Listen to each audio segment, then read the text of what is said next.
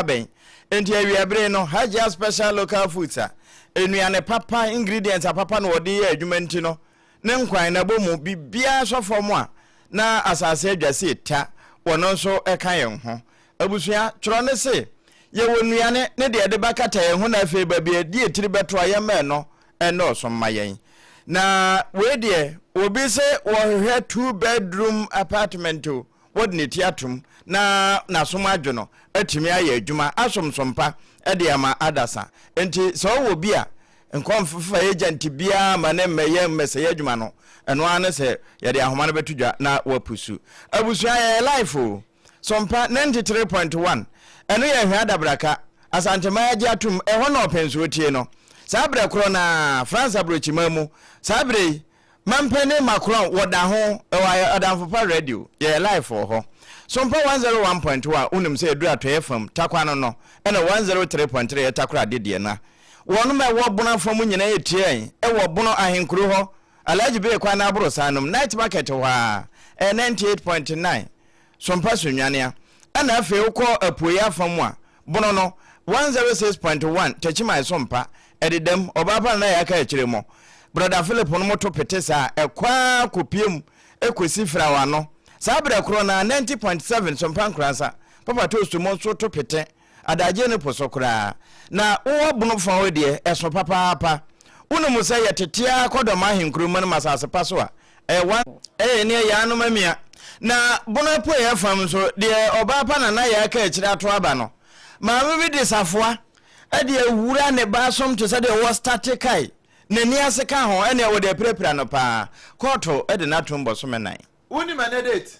bana mintie na ya ta June 3 disaster ni si ye se fie du ba ku ni o na sanyo hozi wakasa fa ho Ghana Mampani Excellency Yera John Dramani Mahama to sre wanu mu betumi aso ma bi mu ama wo ma ye investing ewo mu no asa samu ba mamu hu se bia ye ne yemfe akea ena mu behu ye mobo wa kire nsemu na no nyum bi bypass 11 no ena kire ye se watwam wasanso akwakofa aba na owura adongo se sase mu ya wo mo keka no abandada na pension na kufuado wosane yansen wo sori Dr. Jens Reinhardt where Germany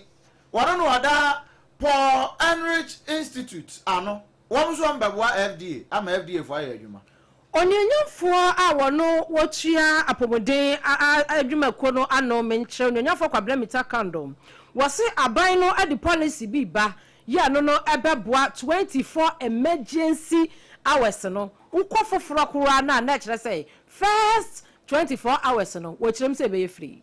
na kuya pokuya wono ena yabo amai ba hema wodi adesre bi ato aban nim sa agenda 111 no ebu on potamu aban wi ma won FDA director ya won finfin wantamu wo keka bi ato so say word no tobacco dey no eguso koso na ho nkomo ereka na dia ba Vice President wasanso aye panini pa ewo Heritage Christian University ye wo amasaman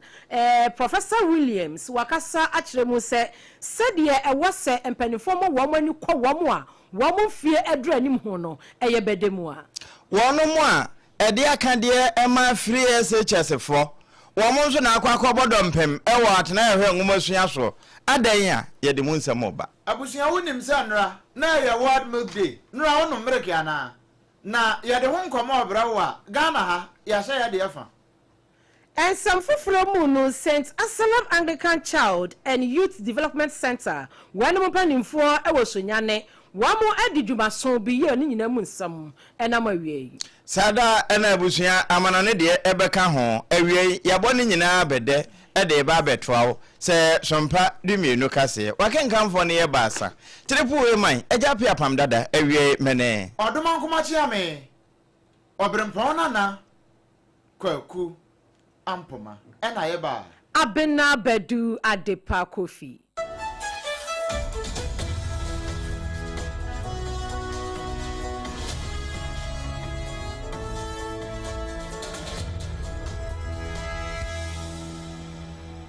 afi sheshe yanka ngum na yanya ensam no ne nedu agubre emfa emma eno ntifre wobi na pa akonya tena so na afre wobi no nso mfre obi nka nchiro bi se Ghana nkomo ye de somwo ye kopie mu ewo asen kwafu krum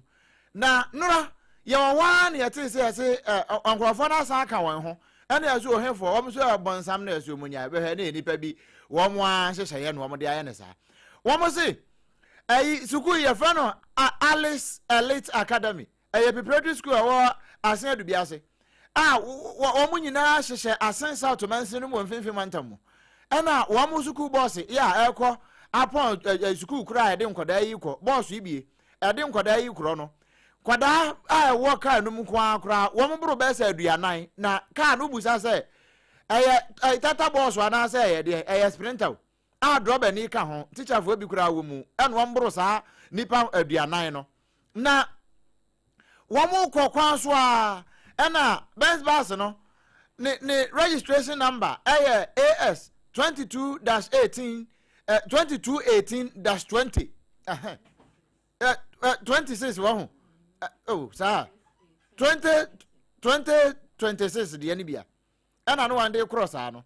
na wan kire se sa de yi ko sa nyina yi no na manfo busa se na kai nipa ewo mu yi wo mo buru ka no so eni seat no a egu ka no mu no nanso doba ni na amua eni wo mdi mirika che eni se na nsuo no nso agugu kakra na kwa no so ayetoro eni wo de ko sha mena bi mu na wo de ko sha mena no mu wiye no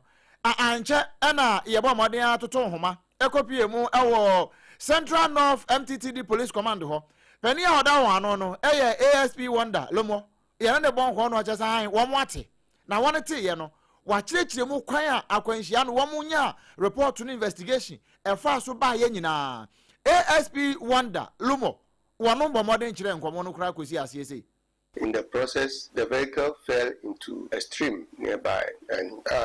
the children were trapped. But thanks be to God, people got there early and removed children, including the driver, and also removed the vehicle out of the river or in the stream. When they removed the vehicle, 2 of the children, unfortunately, were pronounced dead when they got to the hospital. 21 of them were sent to St. Francis Hospital, among which 2 of them died. But 18 of them were sent to a CHIP compound at Edubiasi. They were all treated and discharged. Currently, one whose injury, I would say, was a bit aggravated is still at the hospital. But investigators told me that the doctor said he's likely to be discharged today. What's here? Sani kwaya akwanhia no fa so ba ene nipa dodo akura na ewo mu ne ade no no kan wo cheche makosi ase ho no wo chese sa drobani no drobani ni kura wo bo ni din wo de commander spoke inside. The vehicle AS 2618-20 is a sprinter bus, Mercedes-Benz sprinter bus, which carry almost or about 40. From the look of things, the children were about 40 in number. So we got the driver arrested. The driver's name, Charles Edu, is in our custody. The children ages are 7 and 4, and the deceased body are deposited at the St. Francis Hospital morgue pending autopsy. However, the suspect driver is in our custody, and investigation is ongoing. Anka de ka fa nipa 23 driver ka ho na 23 no. Na ya fa nkwada bro 40. Egum cheso wo mtata so sesadi. En wo mu saa. Na no ana we pani okasa ASP Wonder Lomo wono na ye Central North MTTD commander. Wo unikasa ye mu a ana amanfo atwekọ amachi. Ekọ apuamantam mu. Ma apuamantam nso pani a wono kasa ye we are from Pon Haye. Wade tu so no akire say efiri na de kro no kra waka na say free first May. Ade kọ apuamantam mu. Suku boss bi a ekọ na drobe ni di suku fo ekọ na teacher ni bia nka ho no. Teacher ni bia nka ho no. Sa suku boss no wan be che no. Ene say bia sie o Central North yi. Ne ye be hwe say ebekọ Central North obi o nso a. Sande e prosifo aka no. Drobe ni no won de ni be gina mra na so wo mkokum. Abusia eyawre hosam papa sa wabofra ekọ suku na betia ne so wakwanya akwanhia suku boss emwati na nanom nsiedo awreho ye mabusia nyina yakọ ene hyeden na awrehosam ni bi nso asi ewo mpasetia ye mpasetia no ewo atwemamponua krosi ni bedwanem ewo asantemantam na awrehosam no ene sei abrantie bi a wo mususu sanimfinhia be saduo enson wo mo ade ato ne so se wakwawia abobo ya trailer geyi bi na se ya nokore se anya nokore wono mo bro no emwati na nanom nsiedo ye kwa homa no so ne ne assembly member ya wono owa afa ho ononyamfo Karim na yene no akwa di ensemi mu enkomo sanse akwaya raho sampa papa se wonu mu kirem sa homache be se no miensa ana wamu nse ase abobo ya na abrantie nkura no ase de enya ne dia na timamufu wonu mu be ho we eye residents no wonu mu kirem so omototo na no ene nya no baba ya kakra no na ase ne nsam no ensisi so saa enti nani ya kire se abobo ya no wakowia enti ene ya ne de instant justice yan free police for so metro yan ya kire na wan mo bro no na wo hwe wo Facebook no so abusua wo se ba fem hia yan e wo Facebook no so onyenyamfo Karim aba homa no so honorable ma hey yes na mama ya da se papa mesra wo mpesua no aye mpesua bei Empasetia constituency. Aya chimampo no constituency Empasetia yo yada se papa areho semi ya wamo achire abrantie 27-year-old boy esusu se wakwawi abobo yenti wamo aburu no akuni yesra wote ne sei yo baba yete ne se anapana tifika kwendikrana menya ko creek so one of the restaurants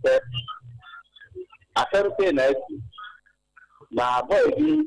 amoye boy nyansa ana moto yo ya bobo ya amode kono boy awobo ya una chisi o ama ekoduru be bi bumping o ana bumping ne so na ba ya awobo ya ni mi hwe ko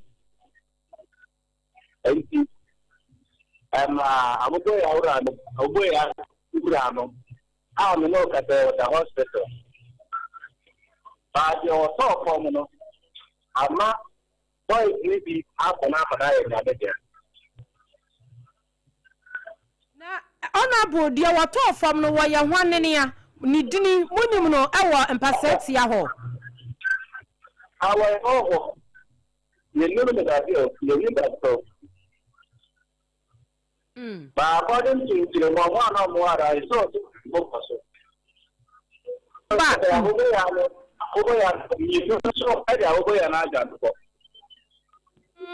na kire se wamo abru mienu na wamo di abobo ya ni dwane na wo kire mu kura no abobo ya mu di dwane no mo di bo abobo ya wura no e man prempren wada ya sabia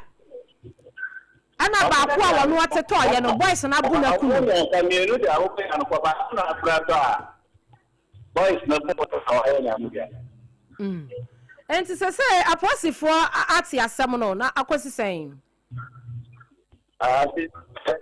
see that my friend police former here the far money the from one money you know that I don't know if one come enti no timemufo na bu na de jasa no wo hu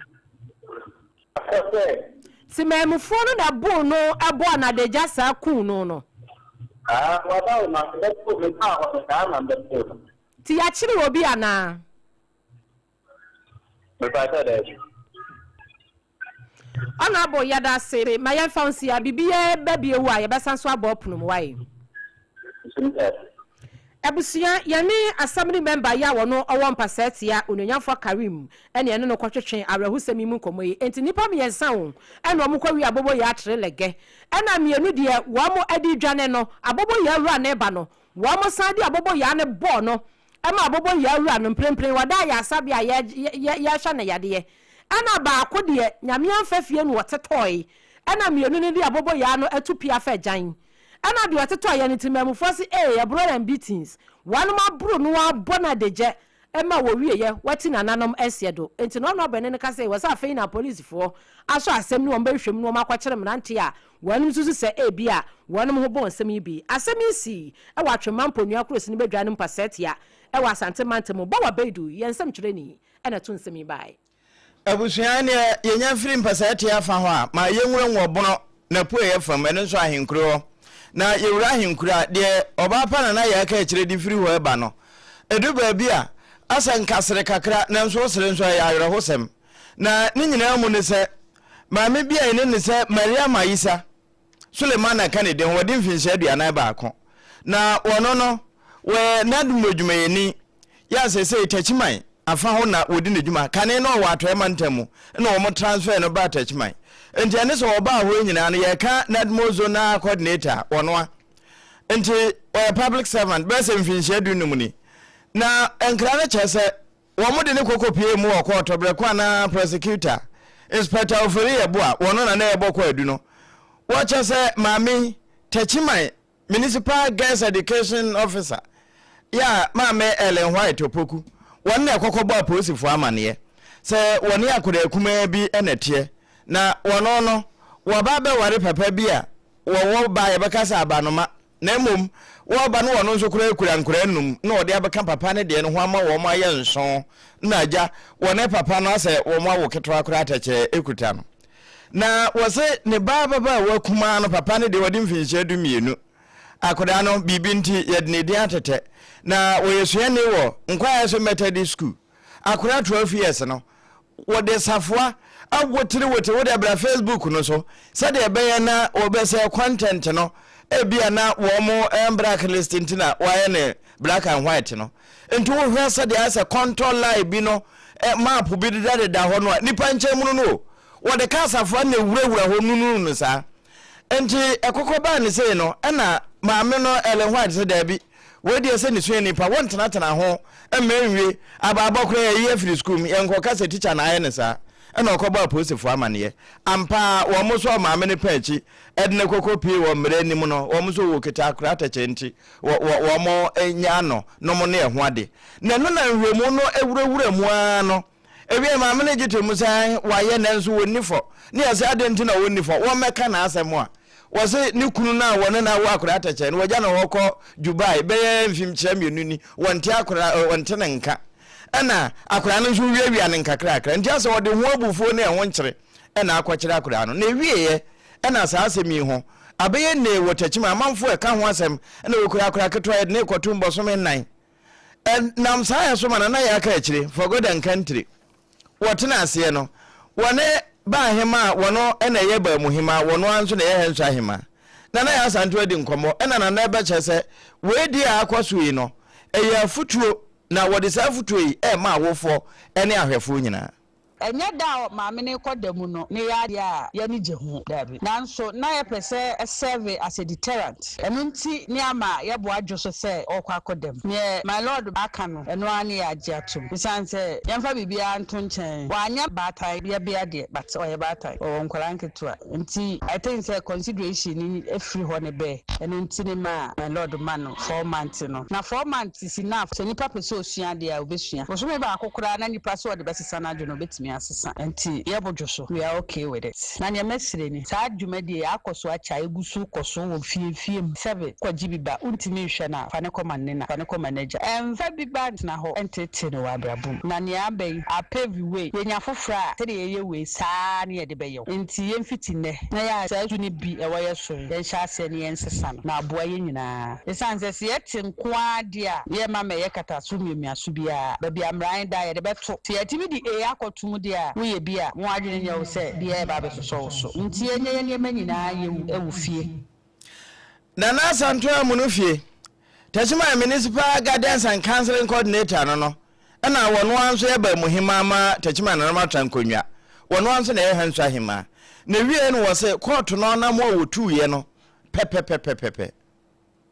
na efa enkola no akola na opra no ana menka se otocha no onso no oni ni nuomu ye mienu enti ne papa abusuafo omo kaso a oma ba se omo ba befa enkola na akọ kaso a pempra me no kase enti eye Esther oni ni nua justice de ombe kwa akodi omo papa e ma me chese omo na ba de ne papa nua mo omo nyina ofie ba ko mewo kaso a na first kra na ho ne Esther ni nua ne te ansa ye fa ne de na ba ha sei no enti no omo be se akọ na ma mene mano omuso ye 5 mpanimfo wo mu miensa na enkola mienu na wo ba pani a oni ho a one ne hwe akire ma no nti my lord hye se wo ba pani de obetimi ahwe akire ama no kopem se ne mre so a wo beba nti omunso ne akosi ne eno guardians and council coordinator at the matter chima na matter nkonyo wono na yeba muhima ma na matter nkonyo wota chima hanso ahemano no na santo amunufie wone oba pa na yaka akire ene di sa nkomo yi e wosompa techima sabre no na yegusukura aboabo ho akwakoto aba na afia na to aso no meje 2015 na ye June 3 ne aka ho a emfinhia no maako edu ene ba akokra san da akire 11 years ne ena awrahusam eto wo man Ghana bra yanto anka asoro kura hanso secretary ya commercial bank ne nchen ho tower ne nchen ho no oh go filling station bi ana e ho no ena eja to ho opposite Vienna City na so Vienna de enuru ho enso ba bi eja ne bobogu ye fa nsuom eno kura wo hwe mo so obi cigarette ya na wonom ena afi wonom wie ya wo ja to ho se na go filling station ho no na eliki fa ho ena eja ekwote fa so a enipa be se ne ho aduasa aduosia enkron omu prepra ye binum kura fa mo hiro mo kwa bebre ya na asem na kwa asem kase pa eno ena panipa wona da wan Ghana movement ano me aminu akuma sanyo kwasi hosi wode atodwa no abusa se enti na no aban wo ya na adwen se ade ya abai pa de atentere ne beba wono mo a asem ato wo mse wo bepe bibi kakra de ama so be ka ya fra asempo ye the victims ne bi kura mpo ba so mpafie ha ema won be kasa wo so mpafie ha na ya wura hosempa mo bra asem so be ka ya eno ena sanyo hosi wusa se nya so mpafo kura ba ye ya wo mo ka asem ne kakra kura mpo de ma wo no a ka besi nne emfinhia du ba ko nie wo bi am so wa na wode abufuo ene ya wura hosem na wone opon chekumpo na ebosa nkomo the may refidency na kofu kofo da so bre na ye adwene se aka aban no aka woda ye compensity kofu yi aban eti omanhwe oman no so yi internet asasem ni si ohwe eme akofo a obusidan ewo issue ni kwem aka omanya ne saka issue no beko issue no aka ensa na chi emba ha no ya flat so APF mo hwe station yi aka event sa leakages no bu hu ye no stop no mo stop no tentem asebu yipunsi go for no mo hwe station na mo aka so no mo hwe station yi no mo so mo eti it we na bom na disaster yi o hwe nkofo yi na mo yi na nya aban companies na ya aban it we die aban ejoro wodi tum se wafum pan nkofo ne cho na mo musike bi pa o metuma hwe o mo lafie na nkofo na mo aban ni ma o mo ya o medwumani yi no ne ti o mo yi yanya de sa we be si se na atomic si ye so kai akosi sen akosi aga la esi ye be kan wa asem na so eye nkofo lives iti yanka nyam na ya adoma and amekai atomic de say sanchani ya wogina overhead so kra etwa kra kan no ya na akoya wura hosempa na anu de ya dan ya na ya lege atete agu fom ya no kra mpoko bugu ye new town de eno so say obi anka ho asem ye betena ho sa jisen kranhye amekwa company mfo no ansa na omatu ho anamo we ye senyo hosi ana no ne wopon cheku bonkomo no eno achi wone wono mo a saa bra no mpo wo mo bi kaye na ban hye o ma no ho ba se o munyai na odi mutumuntum kura na ye behwe mo ahwe mo nana no munyina akwesi mu wuda mu no na nso be si ne wan ga na kura mu abone to kura ya mfa ma wo mo no wo mo so kan mo nsem che wopon cheku sei ye midi oya pa ne so yenye aban no enye finance from enhwe ma omo di dem ewo sa current me si yenyina se ye beye bibia mom ebia ne se ye papa so ne hosi o ka se wo se nti ebi mo krant menye adwuma obi kra o ha opa adwuma onya enti enka kakra ye betimi aya mom ne sa sike ya nka mo pay se nipa no sanko betimi dia shedwa wo fie kra na so betimi dia share fo bia se kra na ko no so ne sa omo bezisa ka no kra no mo frɛ say oh wow ka si no be for kra no for cost crafts na ga once the kra na ga wo beto do na dia omo bezisa ka no ko man kwantro obia ye ku bisa omo no omo say order from abef because ya na ase ma pra ya nhwe me anya me hwe na ka me squares so metima ton kra de didi no ya sa me fa ko say order from abef eno kra na e mabufu kese because my prime ya on say machiba on the film our dey we but o film no obien wo timba wo so baba go o de ho hwe we won so ohu se no mo ka mo nsemi ka de o de nka omo dodo okra omo nu oha omo nu 100 kaden ka monfo mu kra nto payroll so wo de abosumi bia agi 2000 busumi we wo de wo kokora kwa abonten sa wo kwaji loan tempestuously ya de be ma wo nanso ero de aban ni nya hu ye en we yi wo momokwa ayi wo de free system mu kra eno no wo kire o ma adwene wo ho no enne 11 years a saa to ire nchami esi ye na no ma akwam de esi wa chimota besi ne yanka ho asem eno nso da ho we nyina no senya hozi mu so ma oboaboa no enche wo me de petition ebekwa bank asim na no ponchicheku ena de amane boy bae yɛbɛkɔ soa aka kyerɛ abusua ne adehye a wɔn mo hwere wɔn adɔfo saa brɛ ne sɛ wɔn mo nkɔso nkɔsɛ no wɔn hyɛ den bio yɛnto nsɛm no ɛso ɛwɔ nsɛm foforɔ mu original yɛ Ghana Mampani Excellency Yewura John Dramani Mahama esrɛ mu sɛ jata Mr. Babio wɔkyerɛ mu sɛ ewiase yi mu no ojon sofa akwa na yɛ pu ahuro enti no okɔpie mu ɛwɔ UK ne deɛ wɔgyina fa akɔ otumi dwonso gu wɔ saa sɛ de bɛyɛ ahuro pukupukupukupuku na ɛfa so foforɔ ɛtumi afiri soaba na wa 12 Africa debate ase ɛwɔ United Kingdom ɛna wɔde ato dwa kyerɛ mu sɛ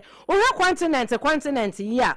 ono ayyan Ghana yeshemu ewo Africa mu a sabisabio yan no ye niema ehyedan so ye ho akwankoro saa na obeka kire investors afei womo etimi di dwa businessmen and women womo adwimo abobe ya ye frɛ wono policy makers ya wono ehia ye ewo saa 12 Africa debate no ase say Ghana ye hia moa empo no Africa as continent no ye hia moa pa nanso so obi ye investor no oba ma ne enkase ebia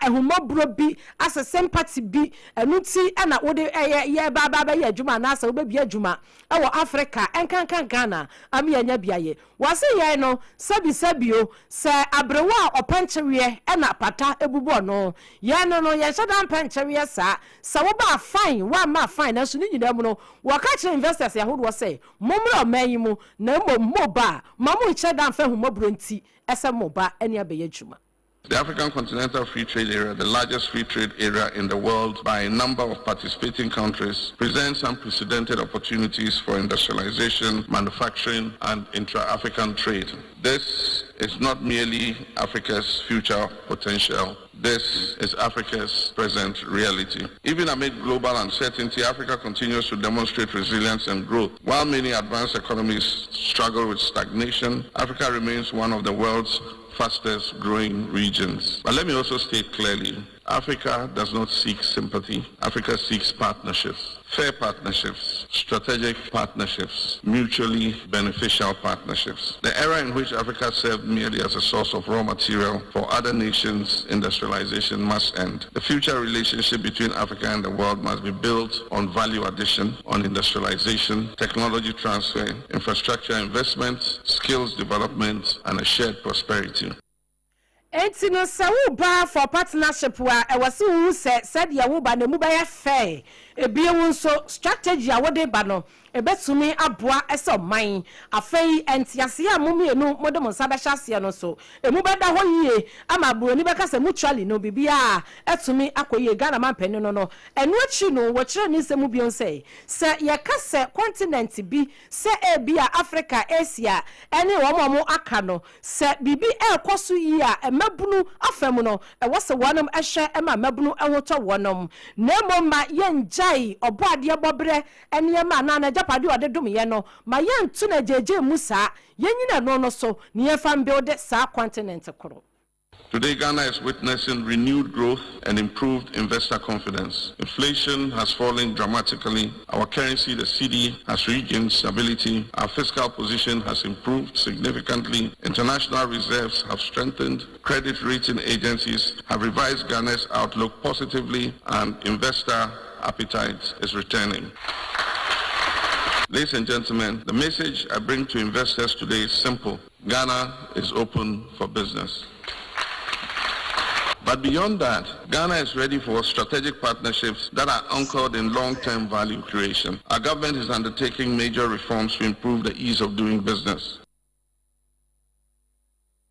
Excellency Yera John Dramani Mahama se say jata Mr. Babio e wo 12 Africa debates ase e wo UK abrochimemo e no de sanse nyina to gya entini investors businessmen and women mu amu pesa money on my Ghana ye di dwa yenye business no yapono no ebie bagaya 90 degrees Celsius ya ton se framo ye gia yarefo agi obi famra no fa ni sika so emehye oman no emo Dumienu kasa ebo SOMPA fie no eno a na yeguso a yebe edema na abusua ya na wapensu anom onom nso anom nso papa kasa na kire mineral water kane na nanka kasa nsu ebenom ye hwe nchen a enne wan hwe nchen wan hwe anu anom gota eno nti na yeso hwe nchen hu se ye CAS kasa na kire mineral water back hospital wo machi na yewo wo bo adwuma te se nkonya no na wonom wontom yewo de wo sashetim na fe yewo tete adaba no dispenser se ubu no hyehye anase nyununye eye 11 no a ana eye 11 no a anase no mo sra bi wenye 11 no a na so donkuma ne se 11 anase no mo sra bi wenye 11 no a na so donkuma ne se 11 na ovia na ura wo mayimra hye badwafia chairman edema parliament finance committee no rise kadongo no wase we donkuma no mpese on beka no kredi a kire Ghana fo January bosomie edikan no 2024 abandada no teso no kura na ma fantech fo kwan se wo mo nya sa adwuma no ansa na afekora be so ama bamfoforo yaba enti wo mo de ye adwuma na wo mo wie sa betutu anoma ho elbe kire se ye mu ne dia wo de ye ntie di o kan betutu anoma ho elbe kire se ye mu ne dia wo de ye ntie di o kan.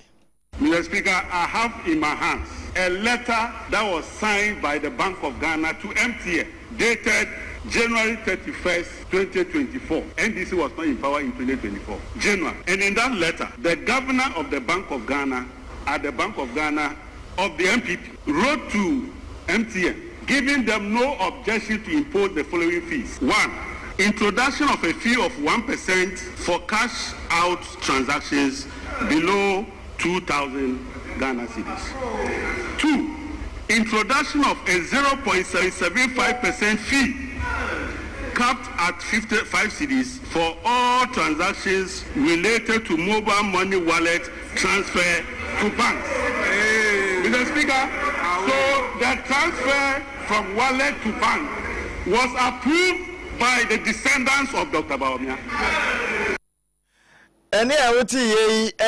chairman Edema Parliament Finance Committee no Yera Isaac Adongo yetwa ensem no eso ne de ne achemu ewo ensem foforo mu na Germany we oman no say German man no wo mo so wo mo boa oman Ghana FDA no matimi akwa ma anya hwe kra no ebibre mato ya ha de wo matimi aboa pa ama ma be regulatory powerhouse esa adwuma so ne adwuma be ta wo mo yenti na we no na ye road compliance stakeholder meeting ena na yakoso ena ensem we nyina be da adwa bra na na pon chicheku ene Dr. Jens Rindert ya woko Germany a wono na Paul Ehrlich Institute wona da no ewo ho ena wode nsem tunya so FDA fo wo mo ye adwuma o Ghana ha pa na adwuma pa wo mo ye ntino wo mo disika bi ewura FDA bi mu no ma ye adwuma na ye Ghana de no no matimi aboa ama bibre mu no atimi akoyie. One of the goals of the blood train project that I am heading is to support the FDA Ghana to be a regional center of regulatory excellence and regulation of blood and blood products. This has been agreed upon with the new Partnership of Africa Development, AUGUSTINE, some years ago to develop this program in our partner countries so that the FDA, for example, can then train regulators of this region, so the surrounding countries, also in the regulation of blood and blood products. And with that, the knowledge that we have to develop in FDA Ghana will be disseminated in the neighboring countries. And with that, we also support the harmonization of blood and blood products in Africa. Already doing the good work in securing safety of blood. Are already a lot of standard operating procedures in force, and there's already a lot of oversight and accreditation from the side. And also the FDA Ghana already started for some years to do regulatory oversight of the blood services and the blood establishments, and with that, safety of blood products already has increased in Ghana. Well, no, and you want me to who has any Ghana FDA and one more year, you my power. Kakra be minute. just a single minute and I ana amanfo shada no kra no am de fa kwati kwan no am de ba eno nti omu ya no ma recalling from the market name madwuma de omo ye pa Dr. James Rendat one na akọ Germany for Ehrlich Institute one da no ho Yeremu ewa promodin ensemu na SOMPA pramto brakase e na wasugusu awutie yi. Onyenyafo kwabena minta kando eyeswani a wono ohwe omeya pomodin ho nsem upiemo ewo eyesehwedwa aboso a wo ya omra hyebedwani wakasa kiremu se aban ye NDC aban wanam adwene Ghana de hye ho papa wo se nche bi akora e na free primary health care wanam edeba ye na aban no sanso the policy foforo kora eba no wamo atu din 2026 Ghana Health Service Senior Management wanu kiremu say baba beboa amasa policy we no se yamfa ne se obi yade ni ade ni du ayasabia na ye emergency a first 24 hours no health care yade ba mani nyina no free. And in the first 24 hours of emergency health care free for patients. And in the said you watch the moon, our bra policy no, one some packers here at Munkomono say anything. We have started legislation. We are at the stakeholders consultation level. Not go to Parliament, as is the President stated in his 2026 State of the Nation address. He charged me to go to Parliament to legislate on emergency responses. And so we are at the stakeholders consultation level, and as you know, you may get your level and then seek your input before we go to Parliament. There's another suggestion, and I'm very careful when I'm announcing this because it will take some time to get there, where we are looking at the first 24 hours of emergency should be free in this country, but it will take us some time. We need to go through a series of consultations. Onyonyafo kwabena minta kando okasaye ewo 2026 Ghana Health Service Seniors Management Meeting ase ye no ekoso ewo nkran ha na ne kasa no anso awase de ya frere no best syndrome a eno no ayasabia bia no ekamia yese ebi ewo ho no mu a be wiase akora no de hye kwabena ne wati na nanom ansiadu sanse mpani ho no wase aban no edi bibi aba ya frere digital command center ye no monitor ayasabia bia si yanhwe ese empa ewo ho ebi ni ho no mu a ya de bi akọ. No bed syndrome. It is important to inform the senior officers in the sector that a lot of steps have been put in place to deal with this matter. So we are using the digital health, the IT system. So at the moment we've established what we call a command center at the regional hospital, Rich Hospital, where we can have visibility on all beds, and we are piloting from the regional hospital level to the teaching hospital level. Onyonyafo kwabena minta kando sweni onu ahwe omeyi apomuden aso ye no ano sehidwa aboso wono enedi womanim ewo mrahye bedwam ese wo mrahye bedwani ene okasa ye ewo Ghana 2026 Health Service Senior Managers Meeting ase ewo nkran ha yada ne akire obigina ye ede asomo ebusua se ofie ewo achemota Tantra Hill ana jowura afa ho ablempenom ene NIC ablekumapoku ase kwa benya Ashoman Estate ana Atomic Down ne Taifa mede ahoma yi ma 0240742161 yempe agent bia obi pe baabi edni tirato 0240742106 ene nkasa na ententem wo de fasafo ane hye nensa na fe wonka ne wayi nwu nsem apomode mu nsem yeyi yewura kwamra mentaka no wo kasa kyerɛkyerɛ nsem mu no na ba hema wo bo aman mekire afija kwa abre na tifia fa ho ukọ bo aman soko le we mpotemo ho bo aman ba hema asem na meken na na akua pokua anya ramate de anim no na na akua pokua se sade mampani ba yi wono mu sempuntu ekoso big pushi ama akwan no wo mo kan bi kotare fan pa eye na nso ne ye nyina no wankasa ti ho ye yi bone wone de wo kasa de amade hye a wono mo bo aman agenda 111 no wo munya bi nanso eya ka wuram nti aba mehu omobo eno ne wo moja pade a ebe ma wonya apomuden pa ede aye adwuma manfa so aba man no benya bi atene se sikato eye kuro die se wonya ahimfi a ewom na se wobi enya asem a ehwo na wode beba obi nya bibia ehwo na wode beba se oba na no bedi mokra na timi ba wo enu ebibi yem pesa abisi kromu a se duabo obi so akoko obi enu obi akwakoda yem pege sine se ebisi so dia ahimfie na ye de ye kanu nti yem pe basa e wo kroma asem die basa ni kromu asem e ko ni die edupa na ya wa hase Mr. Kandapa what the police news to just into no important the everyday and what say me ka me kan the hospital no adeda wa ne yes rabbi say o meboa ye na ye ntimi enyi na ya dia mo no SOMPA 100 acres it's aban ehu ye mobo na wo omra me ye efuma ye nti yes aban say sa eyi ne de wo ne ma nti yes aban say ye kwan ne de onkyerani mehwe na onye kwan ne fo emaye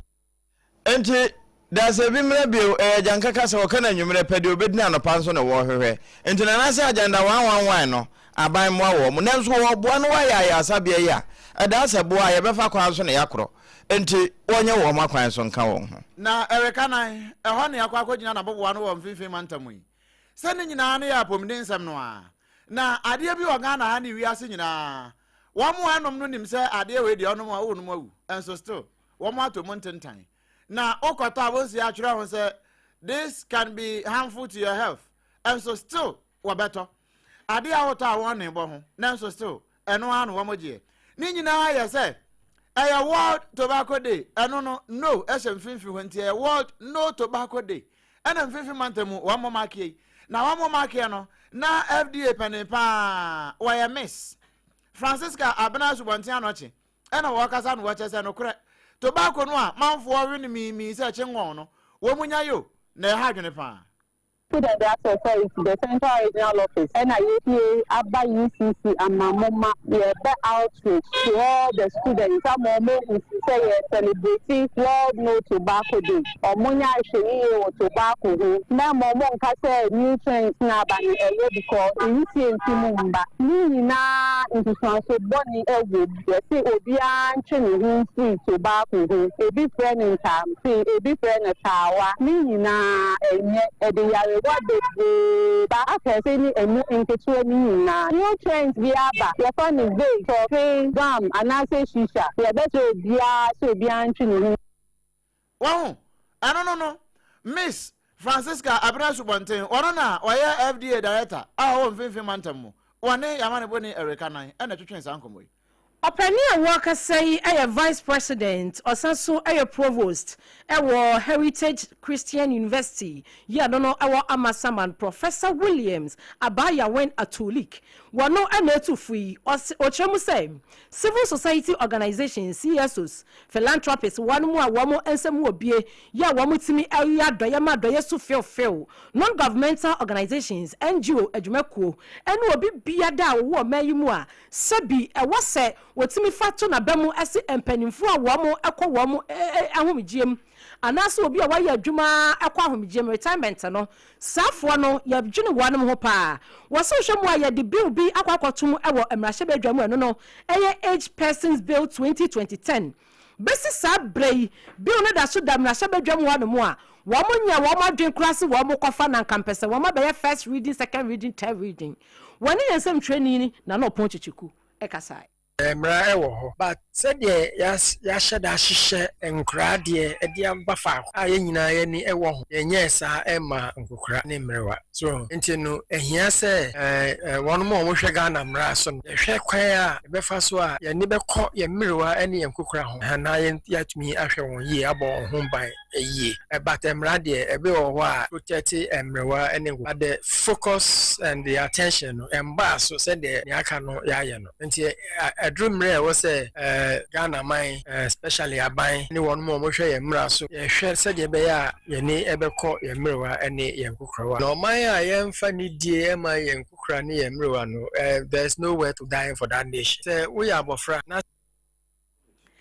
Entino Professor Williams say sa age pensions bills na no akwadamu ewo ma hye 2010 no 2010 no eno wasam ena na working wadi dwumadi nyina ahyehye so wabra Tabita Ghana Age Care Center opani kese opani kwanchefo awotua no wanom adi sa eye dwuman efa mpanimfo ho ti owura Amos asuma kakawi wono so ekasa kakra esei 15 ne hwe omo ne sebusome ye betunya 5000 eba se ye register na ye bibi e de aboa mrewa na ye betunya sike be use bi enso ka fi be hia no ne ye wo foto a ye de hwe mrewa ya obi ya de bi ekene mpofrem na obi hia aya hwe mpofrem a ebetimi aboa eno nti na ye de ene ti ho se ye di sa adwuma yi enam se ye fund ntuo mu akọ ye botae ne se ye benya be 500,000 na ye timi de aboa ama ye benya clinic kra no ye mrewa ne nkokrafo e clinic nko akeke ya oboni be kan se specialized clinic for the aged na ama ye tumi aboa mrewa ne nkokrafo bebre a wo how ne amane a woni buafo aban e wo health insurance with this 60 years plus stay would use health insurance. Hey, abusi amanfo aya 2010 no bill na ya 2010 eno wasam na professor yi eka ho asem yi eno achi no empanifo anu wonu ahia ya wo nyina efie akọ anim wanam so ni yensem twani na no pon chichiku ekasai ban himfo nso ne mu se ye mrewa ya nkwara no omomba moden dan we ni mbehwe ye fa hwe ye se ne be ya nso da chi omso bani abetu ye mi ade sade ni se me nyakombo a ma no behwe ye mrewa no ye bredodo hospital ye nyi sky ye de beko enti tapita no na ebua ye kakra mesre ban ne individual ne se Boa ni ama se hospital ana ayaresabia every sra ban se tune ni mehwe age and ma be yan hospital ho ama ye yongo mutimi ba du age bia mutimi. I'm praying so that the Ghana government, the president himself, he will hear us, the MPs, especially Zinato, to hear Tabita, how he's serving the people. You come to our age, come and help us. Come and help us. What's your cousin out to say? One more fish, no, aqua, any more pension, yes, no, and a jumping for a tonsa at the Afra 1 Maya Jumedi, at the Ama Womona, Jumedi, and some training and no ponchiku, one no, and the copia, Tabita Ghana Age Care Center, and normally Jumedi, so our fear man, ya no, I work Gan West, messing them, I want can I have. No ponchiku, a quasi out to Semina. Facebook no yen so bo, Odebra. Oba behwe no na wuti na woche na unu abi nsu nya bi SOMPA 106.5 FM Accra na wie time heba mister ekuta ye mu dendende malaria duro no na ye de ma wo nice fo aka won ho se empanimfo antoto wo mo nema nyame ampata bosumi de to so de duda baako wono wo mo be hye pieto baako wo mo aboboa no National Association of Institutional Suppliers womo enema free SHS womo nyumadi ahodo womo supply womo nema no na womo se nema bi no mu ntwaye womo ka bi esempanimfo tuama womo no womo ntuae na sabio ya to ye ntua ye mfa nidwa nti womo ni abre womo ka mpanimfo ntie nti se saa na bekọ a ene Ministry of Education for ntwan won 11th June womo ba picketing aba betina ho na ye dwadie ni dwadie no na adehya womo amanse central ewo asantimamu nso womo ne ba bedu adi nkomo chese 24-hour economy market nka womo tra ye nya bio na adehya womo woja kobu na amahemfo na ekan enti na anim kokko ene se womo ankasa wontiri ho a ade no womo no ade akwa kosi ba bi foforo na de yentie no.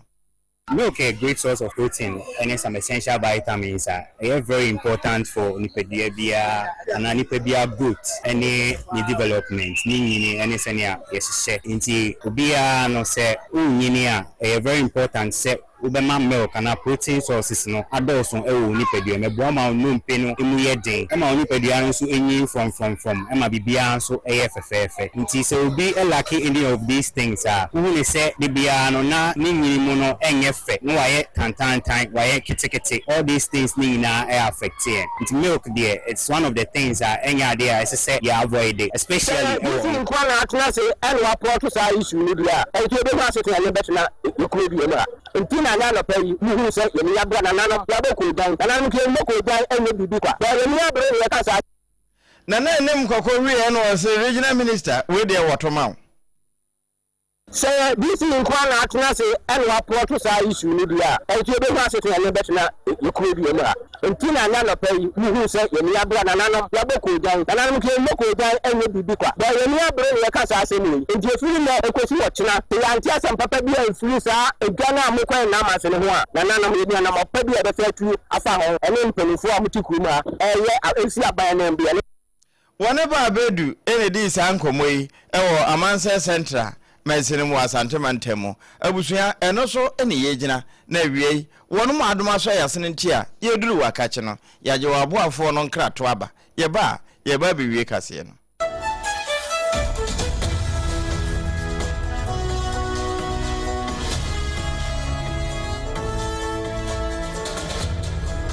Emra, me pacho bra na me hwa de wo bag. Bra, aden, ena so biem. Hey, time heba me hye ya me ka se yi ba akun. Ani wayi me ensen. Bra, sanya time heba me hya esi agye me ni me fiefo enya de abako ebeso yen. We de udi se ofa ni nyina. Time heba me hya me ka se me di one dance ya heaven ena de me kwa akopie. Enti se malaria we draw ne time heba mixture. Enye enunku o, de nanum ato a wontimi ani die no. Time heba mixture duro no ena ye ma o. Oba a wafa afuro de o ma akwada no fo. Eni akwada woni mfie dumienu entimi num aduro yi bi se obeto aduro yi bi anoma hwe se wakọ hospital anase lab ame yehu se wo atridie malaria yi bi ansa se o petam heba mixture enu dudu atu a fo ani kire KNG Herbal Center ewo Emrom Abidjan House ana ba akoso wo atonsu Monaco Junction enu echi obenya bi atowo over the counter medicine sellers eni herbal shop dodo na emu Fre 0244 417669 Kayo set time no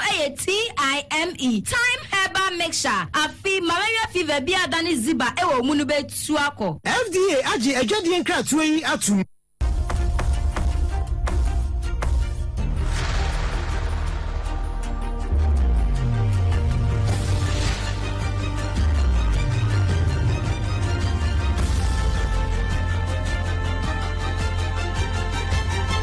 SOMPA TV Emma Aketiapa aya no kwasem market ya pa bre na so ye kwa ma no ne na nra ene na no pa nyina no ene ye de betu anim se abrante ya friend Henry Nowak ya na prosifo ade ne kobra na wakum obi wonipa wakum no no wono digwa ye ka na asem no wo ya victim of racism amanfo ye isa nipa munyi mu wo kwakuo wa adoe no enu bie ene ho bro ene sa abrante Henry Nowak ya wanya mfinhia dugwatwi 18 years no ekwa word se kan ku no na prosifo a chene de na court krama court a hye se won kwada mu ni nkwa na nyina na wofiri mu fi a woni sansem hunu ni bio no eno na asemi si ye no kesta makura kasa de afa ho a hye se ya bonefo sem okwan a odipa ye de ne ko jelia wono no fa mu hwere ne nkwa no se ne prosifo fa so handle no o man handle ni yi sanse na hankofugu ne nsa nyina no wo pe so eno wo hye se no kura no e hye de no ene nti nkwa ma no ba bi na nka eframa kakra mfa no wo man fa ma ne ntie no wo fa so hwere ne nkwa mene wo kasa se si ei ukodru UK ba bi efra se Hampshire ukodru ho a demonstration ya yakoso wo ma chi nipa mienu prosifo ma akoma du baako ena wo ya prepare wo sa protest no a ekoso no mu sabre home secretary ya friend Shabana Mahmood wode atudwa chese sanse mhuru na ekoso UK no wo munyai na customer na ebu afu pa we su na ye gina na ya de kase no ni nyina ede asie ni awo pa 2 bedroom apartment no wono so ne de kakase ho ya se wo bi o Taifa Atomic Down Ashoman Estate kwabenya pokwase ablekuma NIC ena frienso Jowulu Tantra Hills Achimota ne mfa frem ho bia no a agent for munyina ncha yansa frɛ number si 0240 742106 0240 742106 and 0556 358196 womo enyina ka hono bie bra kasa na cha menu awata Haja special local foods and afi time heba mixture ebo ye chidom ma ya de kase ebra wo e wo ye nkralata hodo ni nyina bra kingdom e fa wo mfinfi mantamu no na dom 100.1 100.7 e fa e wo dom a ni nyina mu adan for pa radio enso je wo pari abrochima mu no ye de wo sie abusia mimi din wo dom akoma chia me OBREMPONG na KWAKU AMPOMAA mene ABENA BADU adepa KOFIE and AFI triple A man ejapia APAM DADAA